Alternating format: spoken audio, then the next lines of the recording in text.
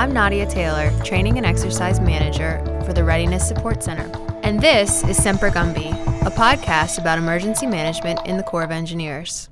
We'll cover topics about disaster response and recovery, FEMA mission assignments, and Corps-specific response authorities under which we operate for things like flood fighting and coastal emergencies.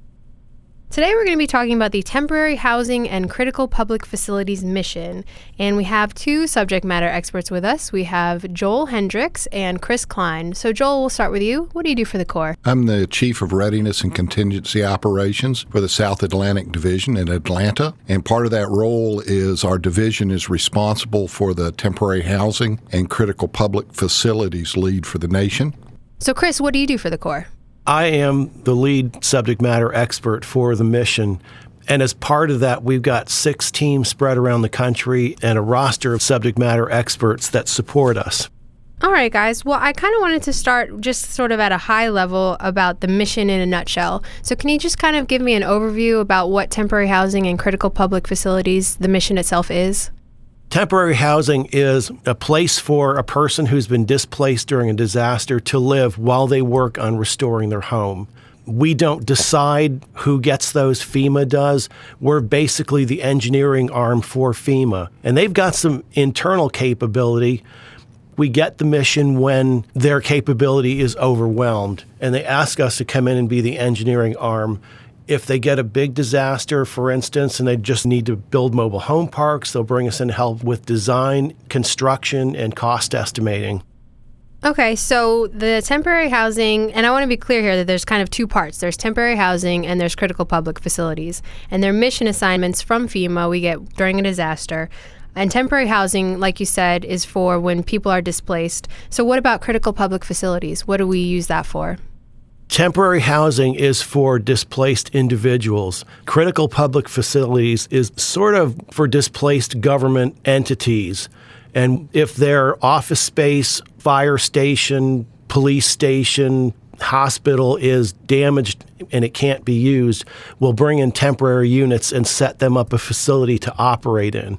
And again, it's temporary for about 18 months. Now, I know that there's kind of some different elements in this mission because putting people in mobile homes or manufactured housing units is kind of the last step. So what are the other elements in this mission before we get to setting up mobile home parks? That's why the change came from THU to MHU, temporary housing unit, to manufactured housing unit, because a temporary housing unit now includes a hotel room or an apartment, and we don't do those. We do the mobile homes almost exclusively. So people can still, through FEMA, apply for like hotel rooms, public assistance in that way? Exactly. What happens when an applicant applies after a disaster, their house has been damaged and it's no longer habitable, and they're looking for shelter. Well, initially they'll go into a Red Cross-run shelter, but we want to close those out because they're generally schools, and we want to get the schools going back to educate the children. At the point that they're displaced, FEMA works to put them into other lodging, and normally it's rental houses, and normally it's hotel rooms, and they keep going down the list until they've run out of all the available housing stock in the area. At that point, and generally before, they come to us and ask us to scope out where they could put the manufactured homes, and if there's existing parks that we can pull them into and connect them, then somebody can quickly get into temporary residence there. Or if it needs to be the whole scope where we take basically a raw field and design and then construct and build and put the utilities in and then bring the housing units in, we can do that for FEMA as well. But that's the last thing that happens because it's the most costly, and the quickest is to get people into the existing apartments or existing hotel rooms. And FEMA wants to get the survivors back to normal as quick as they can. And this is, again, it's usually an 18-month or so program so that folks have a place to live while they reestablish normal and get their house back to construction standards so they can live in it or find a new apartment or some way resolve their housing needs. Okay, I said public assistance. It's individual assistance, right? It is individual assistance for temporary housing and public assistance for critical public facilities. It's a different color of money, and we've got to keep them separate. Temporary housing is 100% federally funded. Critical public facilities has a cost share. The feds pay 75% and the state pays 25%. Now, when we get this mission and we are, say it's a full scope, as Joel said, we use planning and response teams, our housing PRTs, to do that. Can you take me through some of the different pieces to getting a raw field all the way through to a mobile home park? It's a process that FEMA goes through, like Joel said, and we get to the point where we have no other options. And so they ask us to go out and look for available spaces. We'll go out and we'll do an assessment. We'll look at available utilities, availability of wraparound services, which can be summed up to distance to Walmart, shopping, whatever. And we'll take a look at the feasibility of that. And we'll do all the assessments and we'll lay them out for FEMA, and they'll decide which ones they want us to pursue a design on. And we go through a 3-stage design process. At any point, FEMA can eliminate the options. Okay, now when our planning and response teams get in there, what are they actually doing? Initially, they're doing site surveys for either existing mobile home parks or land for development, or even sometimes individual sites if we could pull one to somebody's backyard. One of the things that FEMA will assign, and normally this is a slow developing mission, the mission scoping folks will come in within a few days after the disaster when FEMA sees that there's going to be a need for temporary housing. And they'll start looking at these things at different plots of land and then eliminating them because of cultural things on the land, or they've been previously used and there's problems with the soil or something like that, environmental concerns. So they do a lot of research and finding plots of land and then discarding them because they're not suitable. They may not be near enough water and sewer or roads and so forth. And then, meanwhile, FEMA is placing the survivors in shelters, so in the more permanent housing, the hotels and apartments. And at some point, their numbers start to dwindle down, but there's still some left. And FEMA will decide, okay, we've got some we can pull trailers or the manufactured homes into your driveway or your backyard so you can live there connected to your utilities while you work on your house to repair it, to get it back to working condition. And the worst condition is when we have to go in and take a raw piece of land and convert it, make it a manufactured park, because it has to have all the services so people can live and function. Driveways, parking, mail, sewer, water, the whole gamut of things. And that, of course, is expensive. And FEMA does this to give the survivors a chance to get back on their feet so that they can move forward.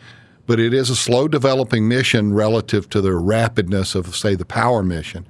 And so a lot of times a planning team will come in and for maybe 3 or 4 weeks after the event, we haven't really done anything as far as construction, but they've identified the sites for possible construction on them. And while we work with FEMA to discard them and finally come up with a few good ones, then FEMA will make the decision to go forward whether we do it. And that typically is 2 to 4 weeks into an event, sometimes even longer, because it's a very costly endeavor to do, but it has to be done when there's no other option for the survivors.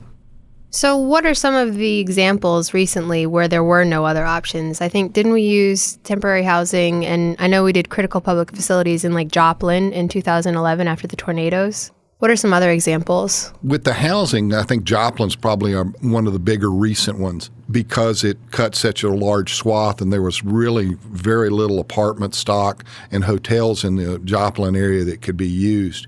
And FEMA recognized this fairly quickly. So when they came to us, the scoping part that would normally last 2 to 4 weeks was really more down to about 2 weeks.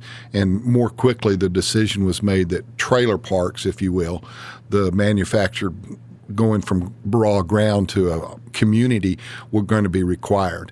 And I think Joplin's probably our most recent and big example. But for the critical public facilities, those are becoming rather the norm and routine on events. In Alaska, for example, in a very remote area, there needed a clinic and a jail. And so the Corps was directed by FEMA to build a clinic that would provide services for the folks for 2 years, in the same way to build a temporary jail. And we build those and then go on. Alabama tornadoes, we put in quite a few temporary critical facilities, firehouses, so that the firemen could, 1, have a garage for their equipment, and then 2, have a shelter and living space so they could be next to their equipment to respond. And those are getting to be fairly common practice, even in the smaller events. It generally takes a fairly large and significant event to get into the housing aspect, but the critical public facilities where those critical functions of government have to keep going on, particularly at jails and firehouses, that's getting to be a fairly standard mission with FEMA. Well, what's a deployment like personally, from a personal aspect? Just tell me a little bit about that. You can expect to work 12 hours a day, 7 days a week. And so you got to make sure you get your rest and your decent health. There's a lot of office stress because there's a lot of uncertainty. Many times we do a lot of work researching plots of land and doing the environmental baselines and historical archaeological surveys to find out, no, we can't use that one. Part of it is in a 100-year flood plain, or there's some reason that the site's discarded, and you've done a lot of work on it. So it can be frustrating. And then at the end of it, we may have 5 or 6 good sites. And fortunately, FEMA's able to place everybody in apartments and hotels. And again, we then don't get a construction mission, but we did a lot of preparation work. And sometimes it can be a little frustrating when it's for naught and you've worked 10, 12-hour days for 30 days and then it comes to nothing. But it didn't, because what you did was give FEMA the ability to move those survivors into a place that everybody was pretty sure was going to be needed, but then turned out folks may have moved from the area or living with relatives or whatever. They came up with a solution so that the number that we're going to need the mobile housing, the manufactured housing units, went to 0, and we don't have to construct. Everybody saves money and is in a more comfortable place and are getting on with their lives. Well, guys, to wrap up, let's talk a little bit about training and how we keep our PRT members on this mission up to speed. Tell me about the training for this mission. Well, there's online training that people can take if they want to. They can get into EngLink and find that. Every other year, we try and do what we call in-residence training, where we pull together 5 members from each of the 6 PRTs to one location and do a 3-day blast training for them. A lot of the training that we do, because these teams are very large, they're 19, 20 members, we can only train the management cell of it, the 5 or 6 people. And as Chris noted, we can only afford to get them together every other year to give them training. The other members of the team take the online training. There's a level 1, which is basic emergency response practices, and then the advanced to level 2. They take that and they know how it works. And most of these folks are doing the same function that they do in their daily lives. So if you have an electrician, he's still doing electrical work. So there's not anything specifically required of him to attend the on-site training that happens every other year. So we're trying to take the management group and then keep the subject matter experts, which Chris has about a dozen of those, that he can deploy to work with the PRT. So you have somebody that's very experienced, very knowledgeable, going with the planning and response team to make sure they get off on the right footing. After the initial week or so into it, it really becomes just another construction project, in that you've got cost estimators doing that, you've got site design folks doing things, you've got electricians that are laying out the electrical, sewer people that are doing the layout of the sewer lines and so forth. So it's really a multidisciplinary construction effort. And because of our limited resources, we can't bring the full team in. So they get the online training, but only the management cell gets the every other year training. All right. Did I miss anything? Anything else we need to add or cover? How many SMEs do you have? I probably have 5 that are available all the time, and a total of about 15 on the roster. Of the subject matter experts, or SMEs, Chris keeps a roster of 12 to 15, and those folks are ones that have done multiple missions and have been involved in multiple phases of it. So they're involved in the scoping of it, and I would say probably 70% or 80% of the time that FEMA asks for a scoping team, they will go out and it will not result in any construction at all. There's other options that take place both for the temporary housing and for the critical public facilities. Because there's a cost share involved in the critical public facilities, the communities often will find a way to double up on space and use some of their redundant capability that they may not have recognized they had, but when it's going to cost them several $1,000s to get things done, they sometimes choose to do that. But probably 70% of the time we send out the planning teams, there won't result in a physical construction job. But when it is, usually the team then will come in and be phased in typically about 2 to 4 weeks after, and then they may stay on for 2 or 3 months to get one site started and perhaps another site started with the construction. Then it turns over to quality assurance during the construction phase of it with resident engineers overseeing that. And the team members will phase out and go back to their home station. All right.